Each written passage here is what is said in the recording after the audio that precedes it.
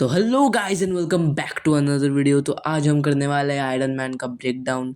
तो मैं हूँ ड्रिज एंड ये है मेरा पहला एमसीयू मूवी का ब्रेक डाउन।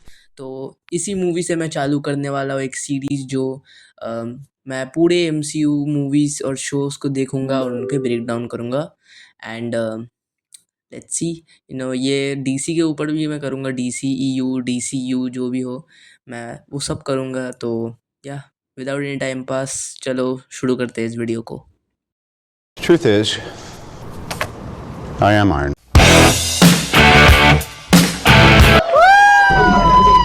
तो मूवी शुरू होती है एसीडीसी की बैक इन ब्लैक के साथ।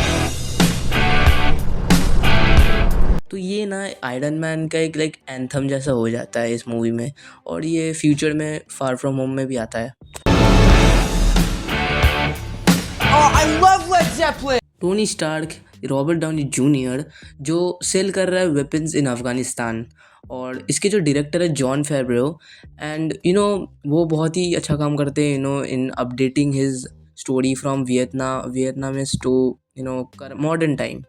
And Tony here poses for a selfie, और यहाँ ये जो बंदा पीस साइन दिखाता है ना, वो टोनी स्टार्क किडनैप होने के बाद वो जब रेस्क्यू हो रहा होता है तब वो भी वही पीस साइन दिखाता है and I think this is a very good callback to that, and he also uses that peace sign in the future movies.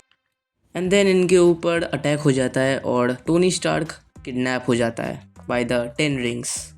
10 rings का लीडर होता है मैंडरिन, जो कि इस मूवी का ओरिजिनली विलन होने वाला था।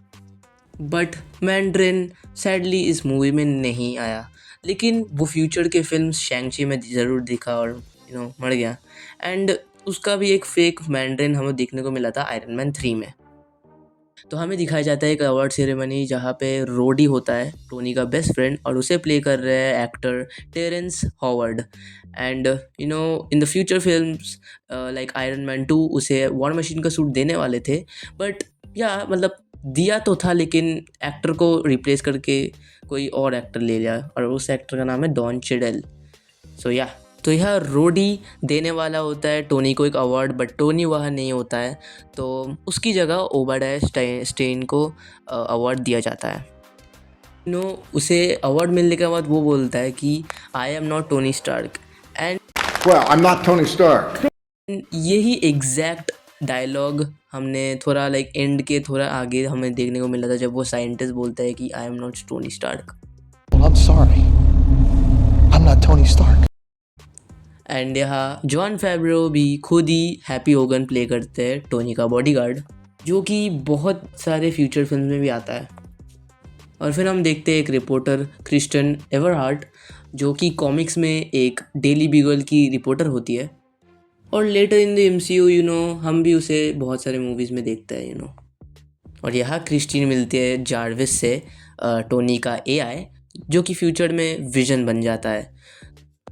और जार्विस का फुल फॉर्म होता है just a rather very intelligent system. And Jarvis उसके पापा यानी कि हावर्ड स्टार्क का भी असिस्टेंट होता था और फिर हमें दिखाए जाते हैं Gwyneth Paltrow S paper pots, जो कि कपड़े लाते हैं क्रिस्टीन के लिए, एंड टोनी स्टार्क की पर्सनल असिस्टेंट होती है। और यहाँ टोनी स्टार्क अपने रोडस्टर को भी थोड़ा ठीक करने की कोशिश कर रहा है, जो कि बाद में इस रोडस्टर से भी वो इंस्पिरेशन लेता है अबाउट द कलर्स।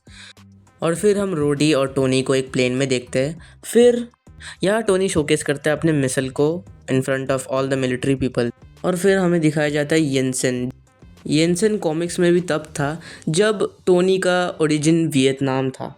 और येंसन यहाँ भी कहता है कि वो टोनी से मिल चुका है एक टेक कॉन्फ्रेंस में, जो बहुत पहले हो चुका है, और ये एग्जैक्ट सेम चीज़ हमें दिखने को मिलता है आयरन मैन 3 में। और फिर हमें दिखाया जाता है 10 रिंग्स, और इनका हेड होता है राजा। टोनी यहाँ अपने आर्क रिएक्टर और अपने सूट को बना रहा होता है ताकि वो यहाँ से निकल पाए, और यहाँ टोनी के हैमर वाला जो साउंड है उसको हम एवेंजर्स एंड गेम के एंड क्रेडिट्स में भी सुन सकते हैं। और एस्केप करते वक्त राजा उस पर एक मिसाइल फायर करता है जो वो डॉच करता है, और वो यही एग्जैक्ट डॉच सीन ना हमें बाद में भी दिखाया जाता है। तो टोनी एस्केप कर जाता है अपना जेट पैक यूज़ करके, लेकिन किसी भी तरह वो बच जाता है, आई डोंट नो हाउ। और टोनी आते ही एक प्रेस कॉन्फ्रेंस रखता है बर्गर खाते हुए। और यह पेपर एजेंट कोल्सन से भी मिलता है, जो कि बताता है कि वो strategic homeland intervention enforcement and logistics division से है, मतलब कि शील्ड्स। और यहाँ टोनी बताता है कि वो और वेपन्स नहीं बनाएगा। और फिर हम देखते हैं पेपर एक सर्जरी परफॉर्म करती है with Tony with his arc reactor, जो कि एक प्रोस्थेटिक से बना हुआ चेस्ट पीस होता है, बट यहाँ पेपर टोनी के पुराने आर्क रिएक्टर को लाइक सेव करके रखती है, और फिर हमें वो आर्क रिएक्टर एंड में देखने को मिलता है। और टोनी आते ही अपना एक नया सूट बनाने की कोशिश करता है, और फिर उस सूट को फ्लाइट टेस्ट करने के लिए भी ले जाता है। बट फ्लाइट करते समय ना उसका सूट फ्रीज हो जाता है because of the colour silvered.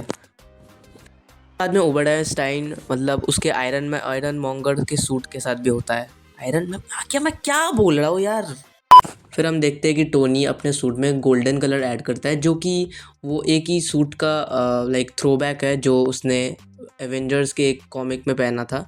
और फिर हम देखते हैं कि वो इंस्पायर्ड होके अपने रोस्टर से hot rod red colour add कर देता है अपने सूट में। और फिर टोनी जाता है एक पार्टी में जहाँ हमें दिखता है Stan Lee, rest in peace his soul. और फिर हमें टोनी वापस क्रिस्टीन से मिलता हुआ भी देख सकते हैं। और यहाँ क्रिस्टीन हलमेडा में क्या चल रहा है उसके बारे में टोनी को बताते हैं। सुनकर टोनी को लाइक यंसन की याद आती है, बिकॉज उसका भी टाउन भी गोलमेडा ही था। और ये गोलमेडा का फाइट सीन, क्या सीन था यार, मुझे तो अभी भी गूज़बम्स आ जाते हैं ये सीन देखकर। और फिर हम देखते हैं टोनी को 2 F-22 जेट के साथ लड़ते हुए, और वो भी यहाँ राजा के स्कैवेज्ड सूट को चुरा लेता है। और फिर हम देखते हैं टोनी को अपना लाइक सूट को डिसअसेंबल और हम देखते हैं यहाँ टोनी को डिसअसेंबल्ड करते हुए अपने सूट को, और पेपर भी उसे पकड़ लेती है। बट यहाँ नोटिस करने वाली बात है कि पीछे हम देख सकते हैं कैप्टन अमेरिका की शील्ड को, जो कि हमने आयरन मैन 2 में भी देखा था। और फिर टोनी पेपर को एक मिशन देती है कि वो पेन ड्राइव में ओबेडाया के लाइक ऑफिस में जाके उसके लाइक फाइल्स लेके आने को, जो कि प्रूफ कर सके कि वो भी एक आर्म डीलर के साथ मिला हुआ है। और फिर हम यहाँ देख सकते हैं हमारा famous meme from iron man. यहाँ ओबेडाया स्टेन एक साइंटिस्ट से बदला ले रहा, लाइक झगड़ा कर रहा है, बदला ले रहा है, क्या बोल रहा हूँ मैं। और ये एग्जैक्ट साइंटिस्ट हमें दिखा होता है फार फ्रॉम होम में। और फिर हम देखते हैं ओबेडाया स्टेन ने टोनी को पैरालाइज करके रखा है, और फिर with the help of dummy वो अपना पुराना वाला आर्क रिएक्टर जो पेपर ने दिया था वो उसको मिल गया था। फिर पेपर और कोल्सन की टीम, या फिर मैं बोलूँ शील्ड की टीम, जाती है ओबी को पकड़ने। और फिर टोनी आके ओबी को भी एक ट्रक में क्रैश कर देता है, जो कि होता है रॉक्सॉन की। तो रॉक्सन बेसिकली कॉमिक्स में ना एक एनर्जी कंपनी होती है, जो कि एमसीयू में भी बहुत बार बैकग्राउंड में दिख गया है। और बाद में भी हम देखते हैं कि टोनी ना वापस से वही आइसिंग प्रॉब्लम जो उसके साथ हुआ था वो ओबी के ऊपर लगा के वो उसे हरा देता है। और फिर फ्लेयर्स के यूज़ करके वो ओबी को ब्लाइंड करके बच जाता है। और फिर हम देखते हैं कि ओबी के सूट को वो डिसमेंटल कर देता है, और फिर वो पेपर को बोलता है कि जो बड़ा आर्क रिएक्टर था उसको एक्टिवेट कर देना ताकि वो ओबी को मार सके। और फिर हम देखते हैं टोनी को एक न्यूज़पेपर पढ़ते हुए, और फिर देखते हैं कि वो एक प्रेस कॉन्फ्रेंस में है और वो पूरी दुनिया को बोल देता है। Truth is, I am Iron. यही एग्जैक्ट लाइन हमें ऑब्वियसली एंड गेम में भी देखने को मिलता है, और या I miss Iron Man to be honest. तो आते हैं अब पोस्ट क्रेडिट सीन में।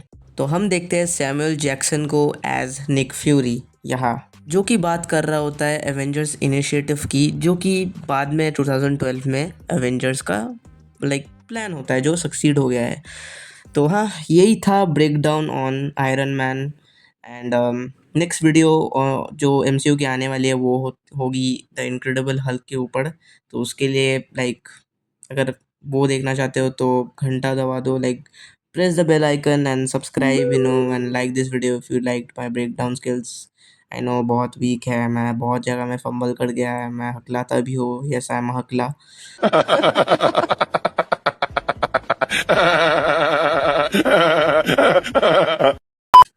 But yeah, but still, you have some suggestions for me. You want me to do things a little better, you can leave your suggestions down below in the comment section.